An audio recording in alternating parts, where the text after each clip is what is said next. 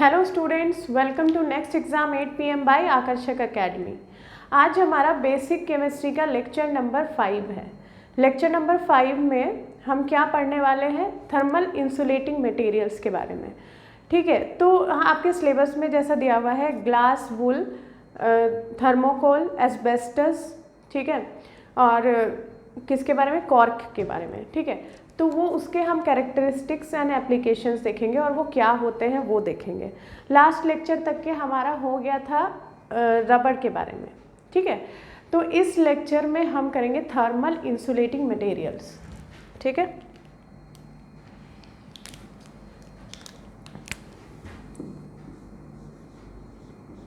Thermal insulating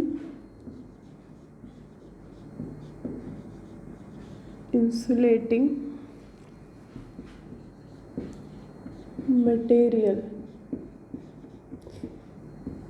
ठीक है,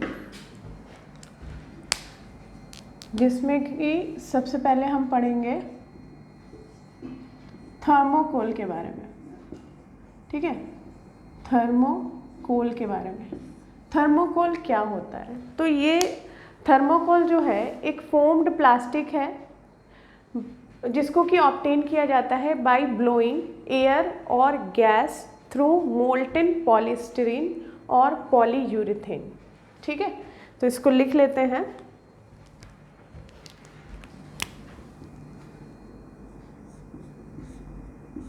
it is a foamed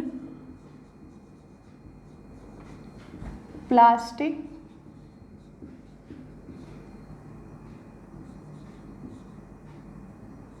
which is obtained by या formed by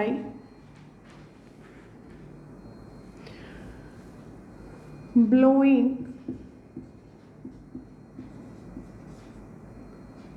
air or gas by blowing air or gas through molten polystyrene।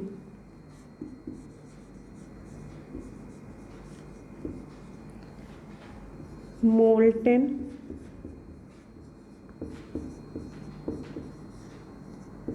polystyrene या polyurethane.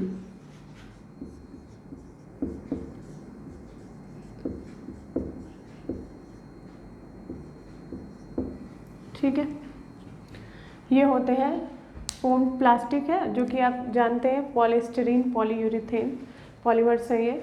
उनका जो है मतलब कि उनको ब्लो करवाया जाता है। ठीक है, गैस के थ्रू या मतलब कि मोल्टेन ये फॉर्म में रहते हैं और उसमें ब्लो करवाया जाता है और उसके बाद ये फॉर्म होता है थर्मोकोल। ठीक है, तो थर्मोकोल का मेन जो है हम कैरेक्टरिस्टिक्स पे आते हैं। That what is the characteristics.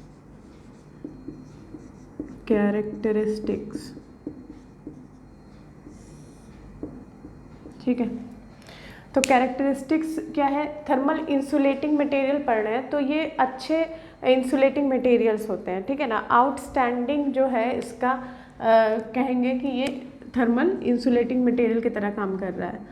तो क्या लिखेंगे? It has high thermal insulating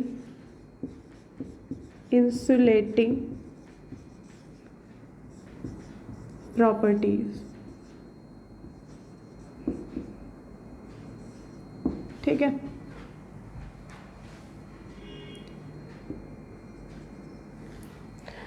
फिर क्या है? It is quite strong yet extremely light.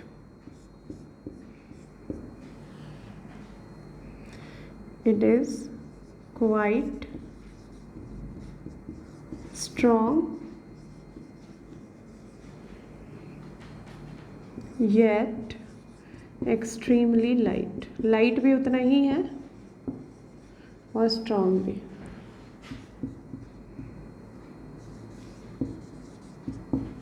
ठीक है, फिर आपको क्या है इसके अंदर और भी है, जैसे it's electrical conductivity is low, it's electrical conductivity, thermal conductivity तो सही है, इलेक्ट्रिकल कंडक्टिविटी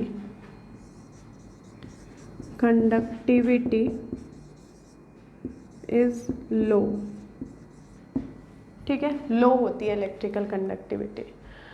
और ये जो है इतना सॉफ्ट होता है कि इजीली कट हो जाता है नाइफ से और स्क्रैच हो जाता है नेल से, ठीक है। तो it is soft enough, it is so soft that can be easily cut by knives or can be scratched by nails, ठीक है। तो ये कुछ प्रॉपर्टीज़ हो गई इसकी थर्मोकोल की, ठीक है। अब इसके यूजेस क्या हैं ये देखते हैं। यूजेस, ठीक है, जैसे इसकी प्रॉपर्टी है उसी तरह यूज़ भी होगा। तो यूजेस इसका जो है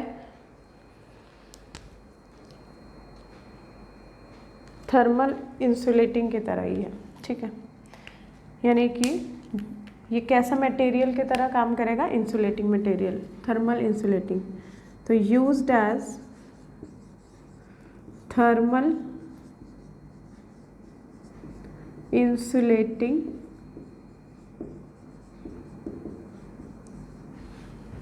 मटेरियल्स, थर्मल इंसुलेटिंग मटेरियल्स, जैसे कि refrigeration, air conditioning, in refrigeration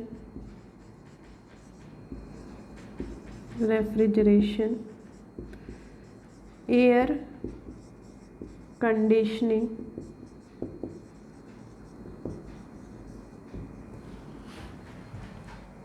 theatres, जहाँ पर भी रिक्वायरमेंट होगी थर्मल इंसुलेटिंग मटेरियल की वहाँ पे ये काम आएगा, बिल्डिंग्स,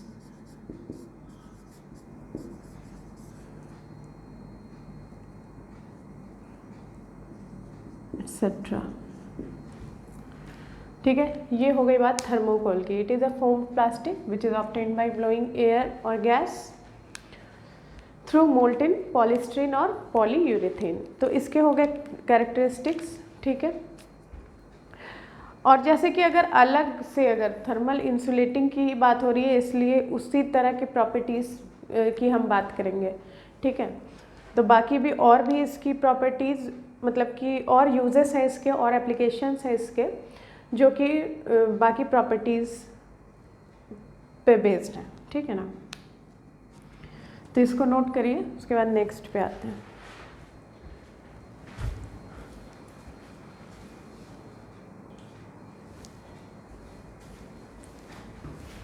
अब देखिए नेक्स्ट करते हैं एस्बेस्टस को, ठीक है।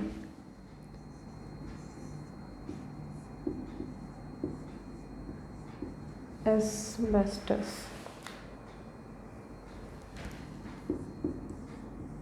ठीक है। एस्बेस्टस ये क्या होता है? ये एक मिनरल्स है, फिब्रस सिलिकेट मिनरल्स हैं, ठीक है ना, जो कि इस तरह के मिनरल्स हैं जिसको कि है ना हम वोवन कर सकते हैं, बुन सकते हैं अलग फैब्रिक्स में, ठीक है ना, फैब्रिक्स में बुना जा सकता है। इस तरह के मटेरियल्स हैं, इतने लाइट होते हैं, ये सबसे ही ज़्यादा लाइट होते हैं, ठीक है।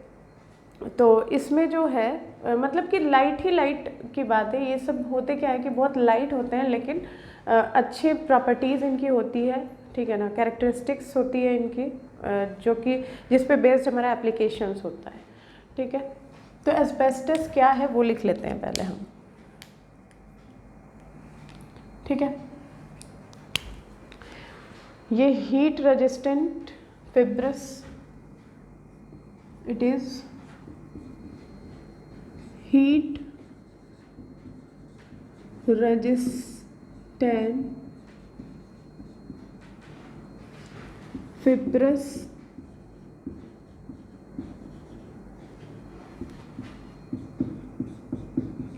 silicate minerals that can be woven into fabrics. ठीक है,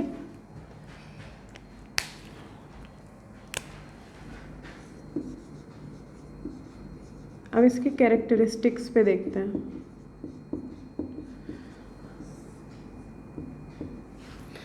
देख ये क्या है, they are fibrous silicate minerals like, जैसे कि इसके अंदर ना कुछ कुछ ग्रुप्स आते हैं, मतलब बहुत तरह के हैं। वाइट एस्बेस्टस है, फिर और भी है, तो जैसे कि क्रिसोटाइल है ना, क्रिसोटाइल जो है उसका यूज़ है, फिर क्रोकिडोलाइट है एंड एमोसाइट है।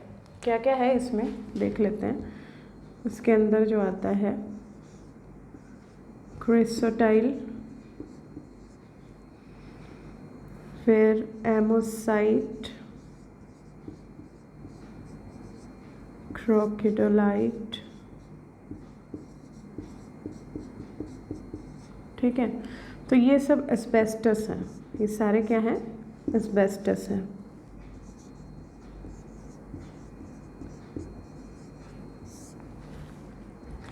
तो इसकी कैरेक्टरिस्टिक्स पे नज़र डालें अगर, तो ये जो एस्बेस्टस है ये जो ग्रीक वर्ड से डिराइव किया गया है, ग्रीक वर्ड से, जिसका मीनिंग है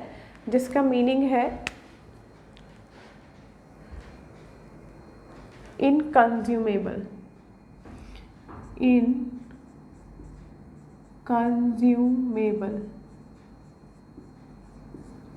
ठीक है, यानी कि इसका ना कोई तोड़ नहीं है। कहने का मीन्स है कि ये, अगर आप इसकी प्रॉपर्टीज़ अभी देखिएगा तो क्या है कि ये नॉन फ्लेमेबल है। जितना भी टेम्परेचर बहुत ज़्यादा हाई टेम्परेचर सह जाता है, मतलब जितना भी टेम्परेचर दे दिया जाए, जितना भी मतलब कि बढ़ा दिया जाए टेम्परेचर, तो ये क्या है कि हीट रेजिस्टेंट की तरह एक्ट करेगा। ठीक है ना, तो ये क्या है, हीट रेजिस्टेंट फाइबर्स हैं, ठीक है, मिनरल्स हैं। तो उसमें क्या है कि ये इसको क्या बोल दिया गया, नॉन फ्लेमेबल। ठीक है ना, यानी कि बिल्कुल भी ज़रा भी इसे कोई टेम्परेचर से आग लग ही नहीं सकती है इसके अंदर।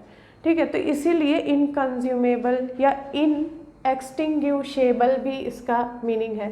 कहने का मीन्स है कि उसका कोई कंपैरिजन नहीं। ठीक है, या फिर फ्लेमेबल, इनफ्लेमेबल भी कह सकते हैं। ठीक है, नॉन फ्लेमेबल। तो ये क्या है, लिख लेते हैं,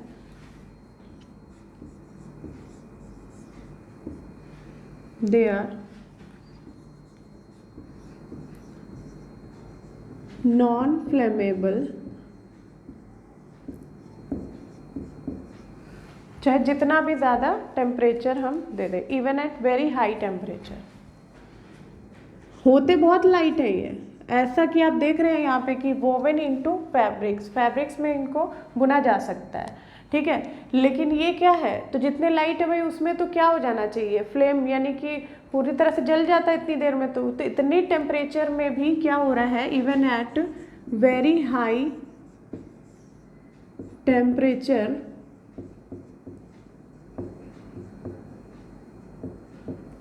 it is act as non flammable substance. ठीक है ना, तो ये इसकी बहुत अच्छी प्रॉपर्टी है।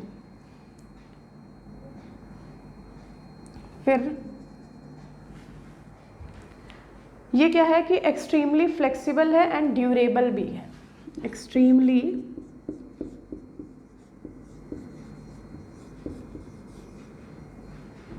फ्लेक्सिबल है एंड ड्यूरेबल।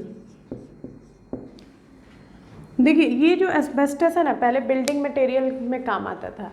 कैसे कि देखिए अगर 2 अपार्टमेंट्स हैं वो अलग किए गए हैं तो कहने का मीन्स है कि दोनों के बीच में एक पार्टीशन है, या एक बहुत ज़्यादा आप ये कहिए कि बहुत ज़्यादा गर्म है, ठीक है ना, कहीं से फ्लेम मतलब कहीं अगर टेम्परेचर बहुत ज़्यादा है, जैसे कि अपर फ्लोर में ज़्यादातर क्या होता है कि धूप बहुत पड़ने की वजह से क्या होता है कि बहुत टेम्परेचर ज़्यादा हो जाता है और गर्मी बहुत लगती है। एक बात कह रही हूँ मैं, एग्जांपल दे रही हूँ। तो उसमें क्या है कि अगर उस मटेरियल से ये जैसे एस्बेस्टस जो है इसका इस्तेमाल करके अगर बनाया गया है वहाँ पे, तो वो क्या हो जाता है पूरी तरह से हीट प्रूफ हो जाएगा वो, ठीक है ना। तो ये सब क्या है, थर्मल इंसुलेटिंग मटेरियल्स हैं, टेम्परेचर को आइसोलेट करके रखते हैं। कहने का मीन्स है या तो उधर नहीं आने देते हैं, आर पार आने नहीं देते हैं, कहने का ये मतलब है, ठीक है। तो इतने ज़्यादा ये क्या है मतलब कि नॉन फ्लेमेबल है, वो तो पता ही है।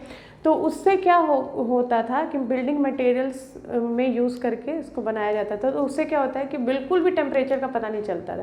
कहने का मीन्स है कि अंदर जिस तरह का आपका है रूम टेम्परेचर ठंडा है तो ठंडा टाइप का करके रखता है। तो ये इस तरह के मटेरियल्स हैं, ये पहले बहुत ज़्यादा बिल्डिंग मटेरियल्स में यूज़ हो।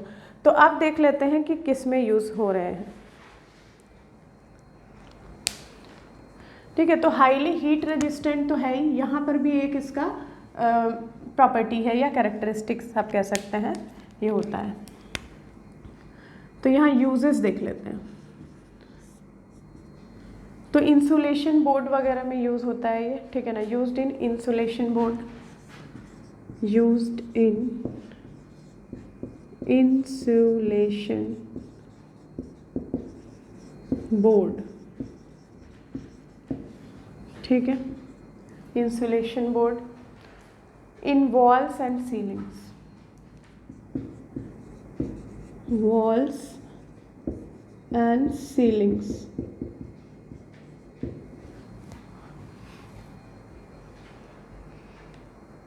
ठीक है। तो जहाँ पर भी रिक्वायरमेंट होती है हीट रेजिस्टेंट, मतलब कि इस तरह की, जैसे कि ये है नॉन फ्लेमेबल है, बहुत ज़्यादा हाई टेम्परेचर सह जाता है, फिर फ्लेक्सिबल है, ड्यूरेबल भी है, तो जहाँ पर भी इस तरह की रिक्वायरमेंट होती है as a thermal insulating material, तो वहाँ पे इसका एप्लीकेशन ज़्यादा है, ठीक है। तो ये हो गया। उसके बाद हम करते हैं cork.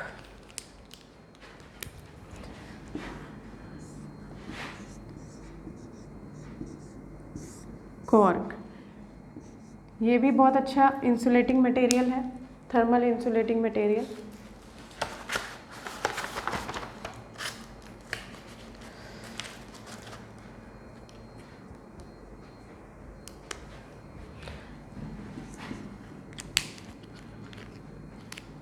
It is non-corrosive.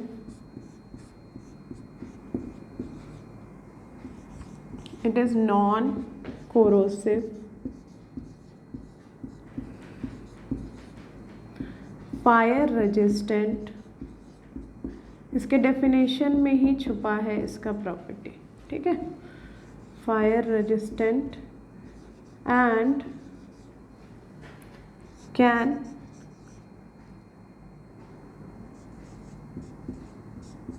withstand heavy loads, ठीक है। ये इसकी प्रॉपर्टीज में भी आप लिख सकते हैं। ये हो गया। अब ये जो असल में अगर कॉर्क की बात करें तो चलिए ये आप प्रॉपर्टीज लिख दीजिएगा। ये जो है कॉर्क जो है ये क्या होता है, ये एक तरह का मटेरियल है। कैसा मटेरियल है? सेल्यूलर नेचुरल मटेरियल, ठीक है। क्या है? सेल्यूलर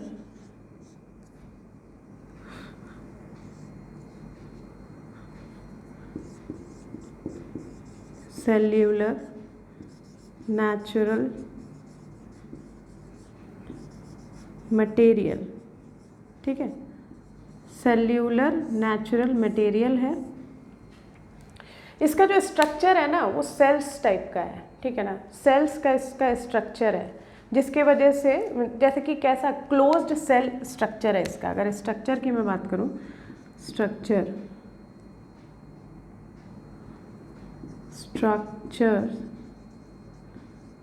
क्लोज्ड सेल स्ट्रक्चर है इसका, ठीक है। क्लोज्ड सेल स्ट्रक्चर है और अगर और भी प्रॉपर्टी में आप ऐड करना चाह रहे हैं तो ये लिखेंगे गुड इलेक्ट्रिक इंसुलेटर, एक ये हो गया, ये प्रॉपर्टी में कर दीजिएगा।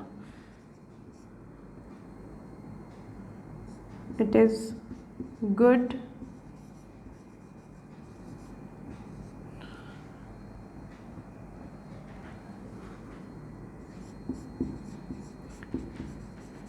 electrical insulator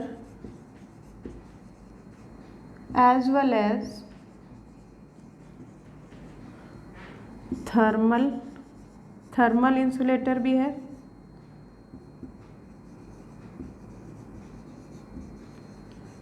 ठीक है, थर्मल इंसुलेटर भी है और इलेक्ट्रिकल इंसुलेटर भी है। और ये जो है साउंड प्रूफ भी इसको कह सकते हैं, ठीक है ना। तो इंसुलेटर जो है यहाँ पे काम कर रहा है थर्मल, साउंड और वाइब्रेशन इंसुलेटर। तो आप ये भी लिख सकते हैं also sound and vibration, vibration भी होगा तो पता नहीं चलेगा, इंसुलेटर्स, ठीक है। ये हो गई इसकी प्रॉपर्टीज या characteristics.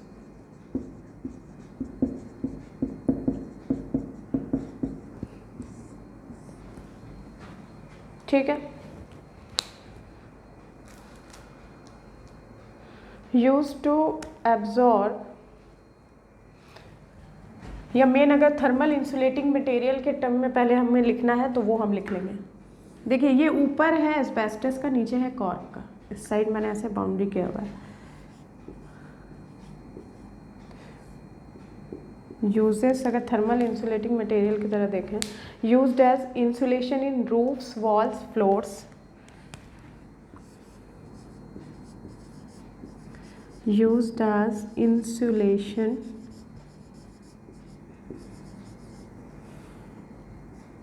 in roofs, walls or ceilings, ठीक है।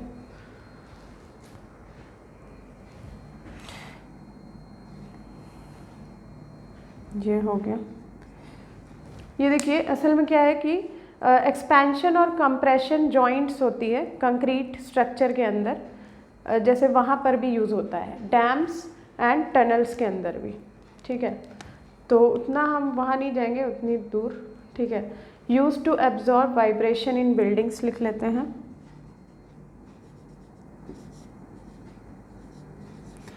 Use to absorb vibration in buildings,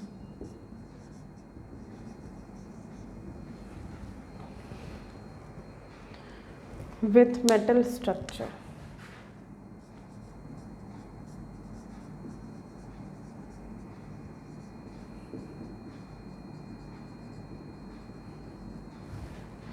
ठीक है। ये हो गया कॉर्क का और ये हो गया एस्बेस्टस का, इसको नोट करिए। उसके बाद हम ग्लास वूल पे आते हैं।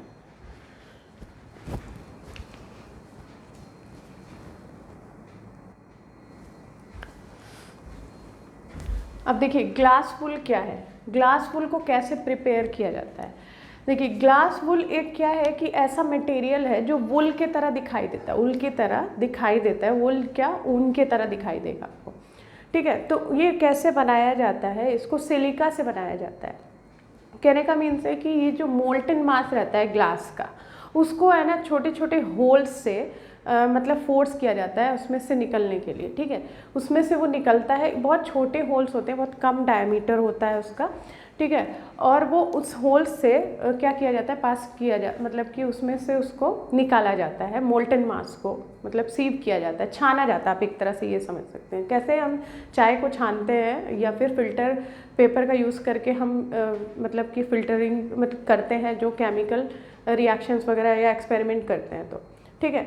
तो उसमें क्या है कि वैसे ही सीव करवाया जाता है उसमें मोल्टन मास को छोटे छोटे जो है होल्स से, ठीक है। और उसके बाद क्या होता है कि उसको एक रिवॉल्विंग ड्रम, यानी कि कंटिन्यू वो घूम रहा है रैपिडली, वो जो है बहुत स्पीड से, ठीक है ना, रैपिडली जो है वो क्या कर रहा है, ड्रम जो है रिवॉल्विंग वो पूरा घूम रहा है, और उसी के अंदर क्या किया जाता है, वही जो चीज़ आई है स्मॉल होल से, फिर उसको उसमें थ्रो करवाया जाता है। उसमें थ्रो करवाने के बाद वो क्या होता है कि रिवॉल्व करते करते वो ड्रम, उसमें से कैसा मटेरियल फॉर्म होता है, वुल लाइक मटेरियल हमें मिल जाता है, ठीक है। बात समझ में आ गई है किस तरह से वो ऑब्टेन हुआ है ग्लास वुल। तो इसके बारे में लिख लेते हैं, ठीक है।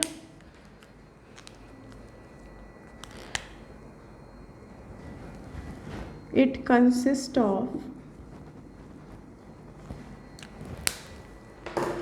consists of fine filament. It consists of fine filaments, ठीक है, of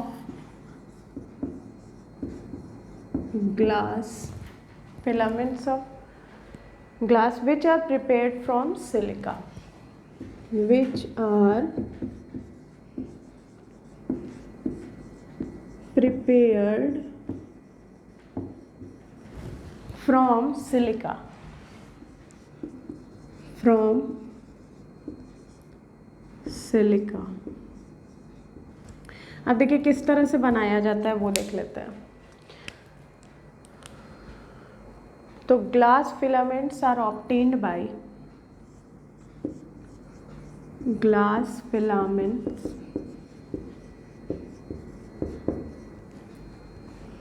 are obtained by forcing molten mass, forcing molten mass, molten mass को स्मॉल होल्स से कंटिन्यूअसली क्या किया जाएगा, molten mass of glass continuously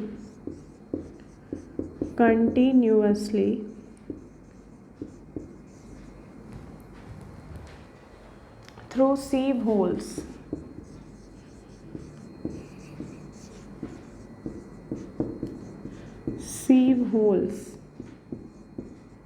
ठीक है। सीव होल्स वही छानने वाले जो छोटे छोटे होल्स रहेंगे।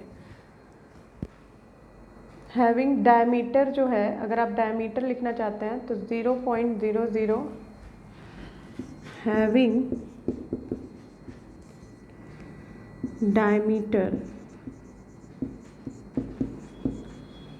डायमीटर जो होगा वो है 0.0005 सेंटीमीटर, ठीक है। उसके बाद क्या होता है, उसके बाद जब इसके बाद क्या किया जाता है, रिवॉल्विंग ड्रम में उसको थ्रो करवाया जाता है।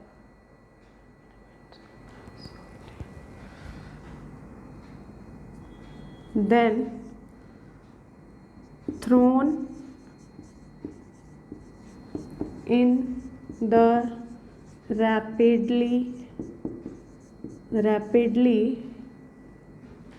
revolving drum to obtain wool-like material,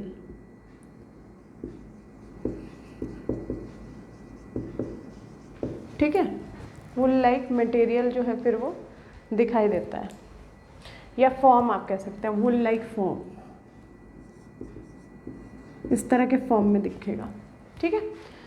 तो ये हो गया हमारा किस तरह से इसको ऑब्टेन किया। तो इसकी प्रॉपर्टीज़ देख लेते हैं क्या।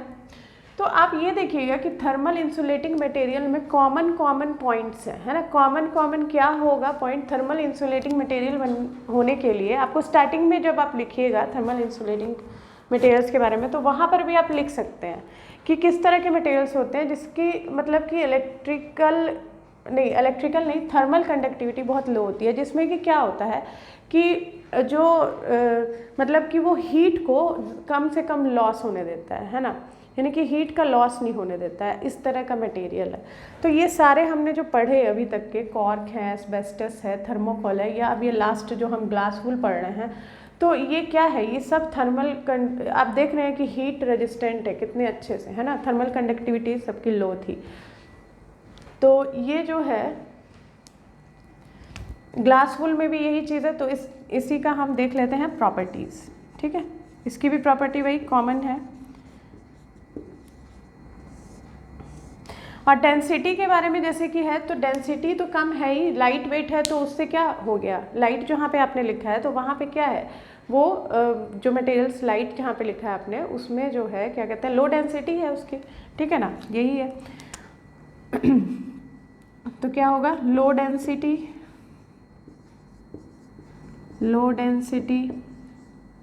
क्योंकि आप देख रहे हैं कि कितना, जितना ये लाइट है उतना स्ट्रांग भी है ना। और कितना स्ट्रांग है किस चीज़ में है वो हमने देख लिया है सारे मटेरियल्स में। लो डेंसिटी है, लो thermal and electrical conductivity, low thermal and electrical conductivity, ठीक है, ये हो गया। Fire proof non combustible nature, fire proof and non combustible in nature, ठीक है। तो ये हो गई इसकी प्रॉपर्टीज़ हो गई। उसके बाद हम यूज़ देखते हैं इसका क्या है, ठीक है। पहले आप इसको नोट कर लीजिए। यूज़ क्या है? यूज़ एकदम सिंपल, एक ही लाइन में लिखना है आपको। इसका यूज़ क्या है? Used in laboratory for many experiments, used in laboratory for many experiments में यूज़ होता है, ठीक है। तो ये सारे हमने यहाँ पे पढ़ लिए क्या, थर्मल इंसुलेटिंग मटेरियल्स किस किस तरह के थे। आपने ये देखा कि बहुत लाइट रहे ये, ठीक है ना, थर्मल इंसुलेटिंग मटेरियल, यानी कि लो डेंसिटी। आप अब कॉमन में अब देखिए, अब हमने सारा पढ़ लिया है, तो सारा पढ़ने के बाद हम कुछ ऑब्जर्व करते हैं, है ना, कि हमने क्या देखा। कुछ कॉमन चीज़ें दिखाई देती हैं, कुछ यूनिक प्रॉपर्टीज़ दिखाई देती हैं। तो देखिए इसमें कॉमन क्या था, हम पढ़ रहे हैं थर्मल इंसुलेटिंग मटेरियल्स, जिसके अंदर की हमने thermocol, asbestos, cork and glass wool देखा। तो जो कि क्या है, लो डेंसिटी का है और हीट प्रूफ रहा, या फिर आप कहें कि फायर रेजिस्टेंट या हीट रेजिस्टेंट, यही सब हमने पढ़ा मटेरियल, ठीक है। तो जो थर्मल कंडक्टिविटी है वो भी बहुत लो रही, ठीक है, थर्मोकोल में। तो आप ये देखिए कि सारी की प्रॉपर्टी सेम ही रहेगी, है ना, कुछ कॉमन प्रॉपर्टीज़ ही है। जैसे as a thermal insulating material अगर आप देखें तो क्या है, वो कॉमन है सारी प्रॉपर्टी, लो डेंसिटी का है, बहुत लाइट है ना। जैसे ये ग्लास वूल है, कितना लाइट है, वूल लाइक स्ट्रक्चर इसका मिल रहा है, मतलब फॉर्म हमें मिल रहा है इस तरह का, ठीक है। तो इस तरह का मटेरियल है। फिर कॉर्क भी देखा, वो भी बड़ा लाइट है। एस्बेस्टस देखा, वो भी बहुत लाइट है, ठीक है। फिर जो है, मतलब जो भी हम इंसुलेटिंग मटेरियल्स देख रहे हैं, हमने कॉमन प्रॉपर्टीज़ देखी। तो आप एज अ कॉमन, आप यहाँ पे अगर आप लेक्चर ध्यान से देख रहे हैं तो आप उसमें क्या देख रहे होंगे कि हमने जब जितना पढ़ लिया है उसमें ये है कि कॉमन जो प्रॉपर्टी या कैरेक्टरिस्टिक्स जो है थर्मल इंसुलेटिंग मटेरियल्स की निकल के आई है, वो है लो डेंसिटी, है ना। लो डेंसिटी होने के बाद भी वो क्या है, बहुत ज़्यादा हीट रेजिस्टेंट है। ठीक है, हीट रेजिस्टेंट है, या आप ये कहें कि थर्मल कंडक्टिविटी जो है बहुत लो है, थर्मली वो कंडक्ट नहीं कर रहा है, यानी टेम्परेचर को अपने अंदर से नहीं जाने दे रहा है, ये बात आप समझ सकते हैं। ठीक है, तो इस तरह से वो क्या है, फायर प्रूफ भी बन रहा है। ठीक है, और कई हमने ऐसे भी देखे कि वो कैसे हैं कि साउंड प्रूफ भी है, ठीक है, वाइब्रेशन प्रूफ भी है। तो ये सारी चीज़ें भी साथ साथ उसके कैरेक्टरिस्टिक्स हमें दिखाई दी। तो देखिए इस तरह से हमने ये टॉपिक भी कवर कर लिया, यानी कि हमारा जो पूरा यूनिट नंबर 4 है ये हमने कंप्लीट कर लिया है अपने मतलब सिलेबस के अकॉर्डिंग, पूरा ही ये कंप्लीट हो चुका है। जैसे कि हमने प्लास्टिक्स पढ़ा था, तो प्लास्टिक्स क्या होते हैं वो पढ़ा था, फॉर्मेशन पढ़ा था कि कैसे उसका फॉर्मेशन होता है, एडिशन एंड कंडेंसेशन पढ़ा था। ठीक है, एग्जाम्पल भी देखे थे हमने, फिर टाइप ऑफ प्लास्टिक देखे, थर्मोसॉफ्टनिंग, थर्मोसेटिंग। ठीक है, फिर रबर में हमने देखा, रबर से पहले हमने वो भी देखा कि इंजीनियरिंग प्लास्टिक्स कुछ थे जिनका यूज़ देखा हमने उनकी प्रॉपर्टी पे बेस्ड। ठीक है ना, तो और फिर क्या है कि रबर के बारे में हमने देखा, नेचुरल रबर और किस तरह से ऑब्टेन किया जाता है, प्रोसेसिंग कैसे होती है लेटेक्स से, है ना। फिर उसके बाद नेचुरल रबर के कुछ लिमिटेशंस थे, तो उनको जो सही करने के लिए, है ना, इम्प्रूव करने के लिए क्या किया गया, वुल्कनाइजेशन किया गया। वुल्कनाइजेशन करने पर जो है मतलब कि क्या किया जा रहा है, उसके अंदर केमिकल्स ऐड किए जा रहे हैं, खासकर सल्फर हमने देखा। फिर उसके बाद जो है आपको आया सिंथेटिक रबर के बारे में भी हमने देख लिया क्या है, वो आर्टिफिशियल रबर है। उसमें जो भी एग्जांपल्स थे उसके हिसाब से आप और भी ज़्यादा अगर पढ़ना चाहते हैं तो उसका आप देख सकते हैं एग्जांपल, और विथ आपको प्रिपरेशन भी देखना है तो देख सकते हैं। लेकिन सिलेबस में ऐसा कुछ नहीं है कि आप उसका भी प्रिपरेशन देखें या कुछ, आपको बस नेचुरल एंड सिंथेटिक रबर के बारे में पता होना चाहिए, विथ एग्जाम्पल्स आपको पता होना चाहिए। ठीक है, और दोनों के बीच में डिफरेंस आप देख ही सकते हैं। डिफरेंस क्या देखिएगा, आप लिमिटेशन लिख दीजिए नेचुरल रबर का, और फिर उसके बाद इसके साथ कंपेयर करिए। ठीक है, जो सिंथेटिक कर सकता है वो नेचुरल नहीं, या कुछ ऐसा कॉमन भी होगा, है ना। तो वो सारी चीज़ आप पॉइंट्स देख सकते हैं। फिर आ जाता है आपको थर्मल इंसुलेटिंग मटेरियल, जो कि हमने देख ही लिया है कि क्या है। तो देखिए इस तरह से हम अपना ये यूनिट नंबर 4 यहाँ पे फिनिश करते हैं। तो स्टूडेंट्स नेक्स्ट लेक्चर में हम अपना लास्ट यूनिट जो हमारा बचा हुआ है वो है unit number 5, that is environmental effects awareness level, जो कि बहुत इंटरेस्टिंग है और बहुत नोन है ना, पॉल्यूशन के बारे में। तो स्टूडेंट्स नेक्स्ट लेक्चर में स्टार्ट करेंगे अपना यूनिट नंबर 5। Thank you.